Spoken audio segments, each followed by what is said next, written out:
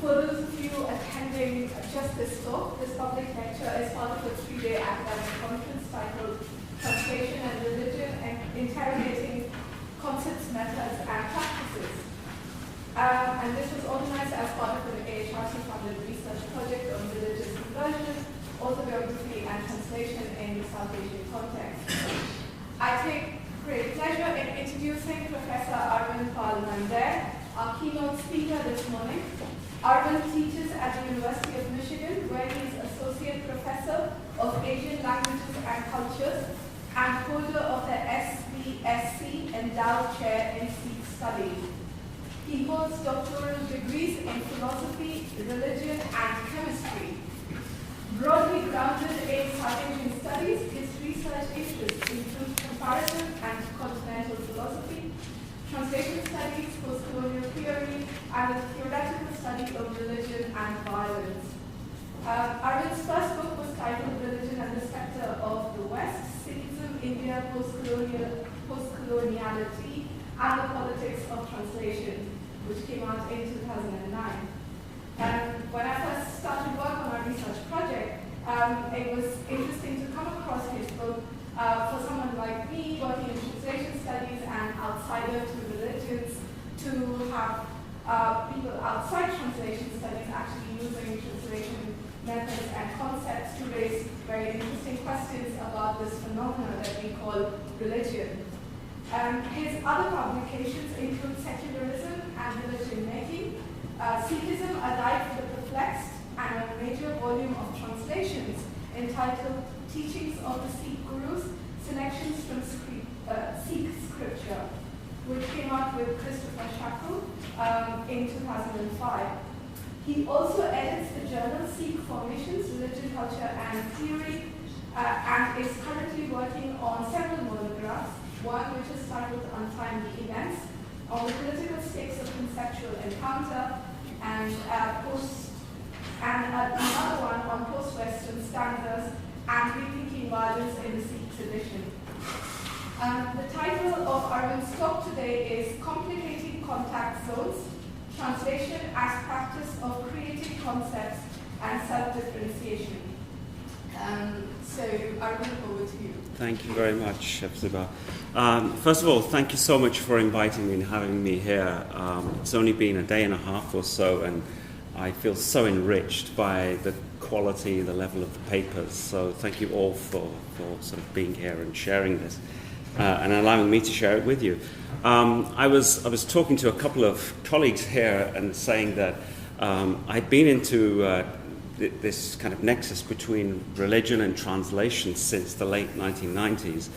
And in the beginning of the century, I was becoming a bit despondent because there weren't that many people in religious studies really actively thinking about the concept of translation as such. And I sort of made a decision to leave translation behind, in a sense, in the last few years. But I'm so glad you pulled me back in, because it's helping me to reformulate the first chapter of the next book, actually. So I'm very happy that that's happened. Okay, this talk, it's going to be, well, it should have been about contact zones. I hope I'll get to that. But I'm going to be alluding to it. So it's going to be done in 3 segments, as my abstract suggests. I'm going to talk in a more abstract fashion for about 20 minutes or so, and tease out some of the connections between translation, religion, and especially thinking, the process of thought. The second segment, which will be much shorter, it'll be looking at translation as a historical event. I'm going to look at how the case of Sikh scripture and the translation history of that illustrates what I say in the first 20 minutes. And then if I get round to it, and I'm not taking too much time, I'll try to talk a little bit about the contact zone as well. So that's where I'm going to be moving. So at a time when scholars in the study of religion... Oh, can everybody hear me? Alan, can you hear me at the back? Great. At a time when scholars in the study of religion have become increasingly self-conscious about the key concepts of their discipline, it seems ironic that translation has not appeared in recent scholarly collections as a term that merits critical reflection in the study of religion. And I stand corrected here because Alan has actually published at least one article in a major volume of studies on religion. But that really shows what a dearth of articles there are by scholars of religion which look at translation.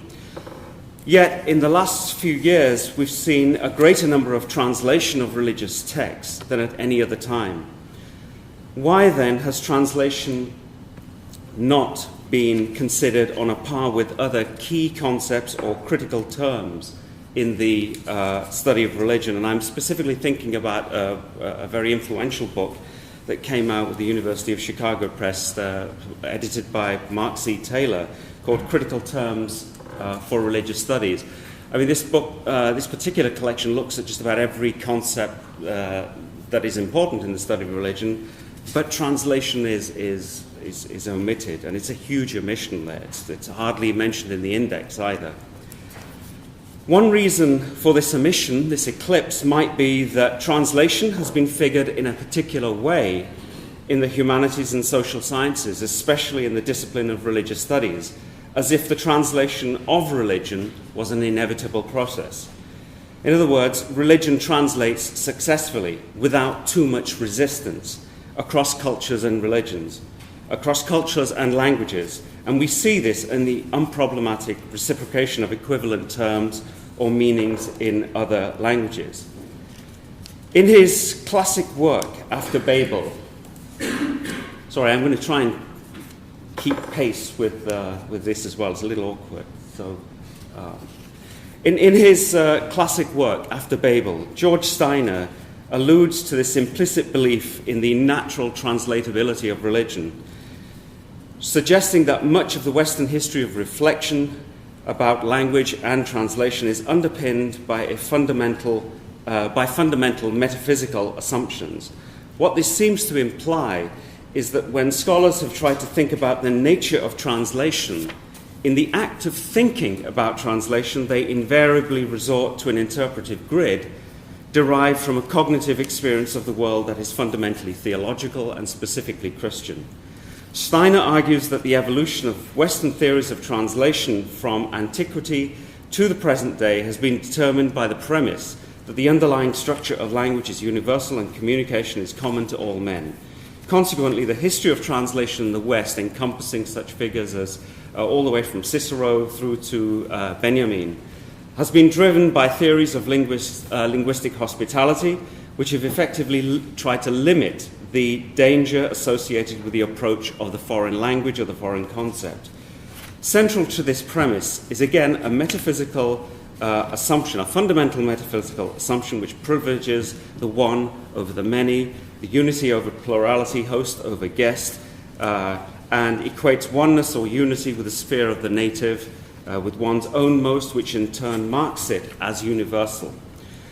By contrast, plurality is equated with the figure of the stranger or the foreigner and carries the stigma of plurality.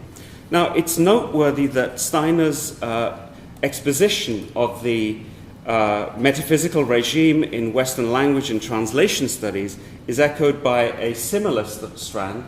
Excuse me, I'm a little off with these. Basically, that's what I've just been saying. So let me go to the next slide. Hopefully, I'll just put this up. It'll be easier. It's noteworthy that Steiner's exposition of the metaphysical regime in Western translation and language studies is echoed by a strand of research in religious studies, which also points to the operation of the same metaphysical regime in the expansion of the word, of the term religion from the singular to the plural religions. Thus, in the work of scholars such as Wilfred Cantwell Smith and Jonathan Z. Smith, they suggest that the emergence of the plural form religions was part of, quote, an expansion of the term religion that begins in the 16th century as a way of establishing the universality of Christian truth by excluding non-Christian others. But by the late 18th century or 19th century, this ends up being pluralized as religions in a series of attempts to include non-Christian others into an ostensibly secular framework that allowed Europeans paradoxically, to systematically map the state of cultures and civilizations of the world. The quote ended a while ago, actually. My point here is not simply that the pluralization of religions is part and parcel of the development of secular frameworks, but that governing the religion-secular binary is the same metaphysical regime that we talked about earlier, that Steiner alludes to. And this metaphysical regime is both kept intact and exported beyond Europe through an ideology of language and translation. Let me try to elaborate on this. The major expansion of the term religions begins to take effect at a time when early modern European states were busy defining the nature of state sovereignty in relation to the Christian Church. Individual European states were being nationalized and national identities fleshed out, not only in relation to each other, but in relation to the increasing, growing knowledge of Asian cultures. And the modern state manifested itself physically in the form of empire and discursively through invisible structures of state power, structures such as law, language, and specifically the Western Code.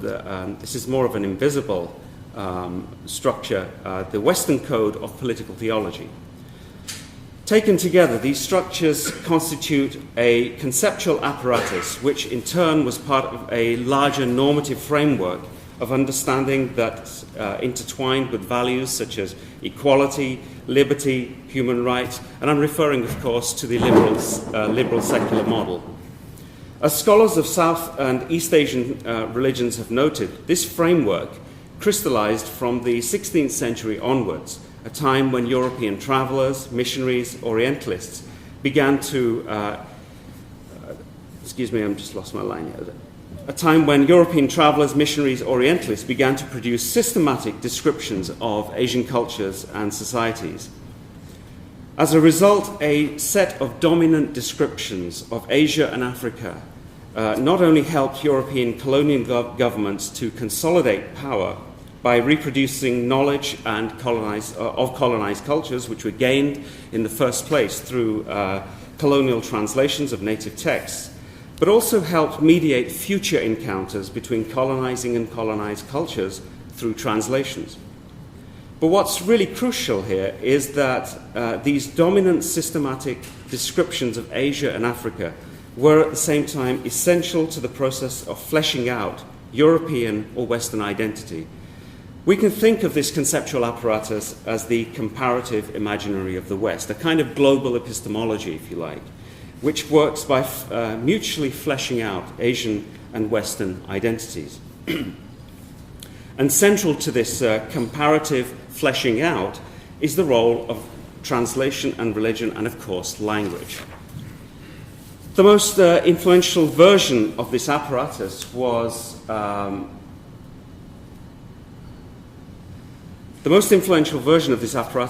Hegel's comparative schema of world systems. We all know about the way that Hegel produced world history, world literatures, world languages, religions, philosophies, and also aesthetics. Hegelian theories changed. Hegelian theory based essentially on taking dialectical negativity, or the negative dialectic, if you like, which is his central method. These changed the hermeneutic of modernity, implementing a circular relationship between three essential elements of Western identity. First of all, historical consciousness. Secondly, thought itself, or what Deleuze calls a dogmatic image of thought. And thirdly, secularity. Hegel was kind of combining all three into a single form. By re-embedding human consciousness within the dialectical movement of history, or chronological time, he was able to identify non-Western cultures, Asia, Africa, etc., as religions, while arguing that Christianity is religion in the singular. Aspects of this schema were soon incorporated into descriptions and explanations about Asian cultures that would eventually become seamlessly incorporated into the system of the emerging human sciences. Within an emerging world religions discourse, the schema provided an intuitive comprehension of the meaning value of cultures through the principle through a principle of generalized translation.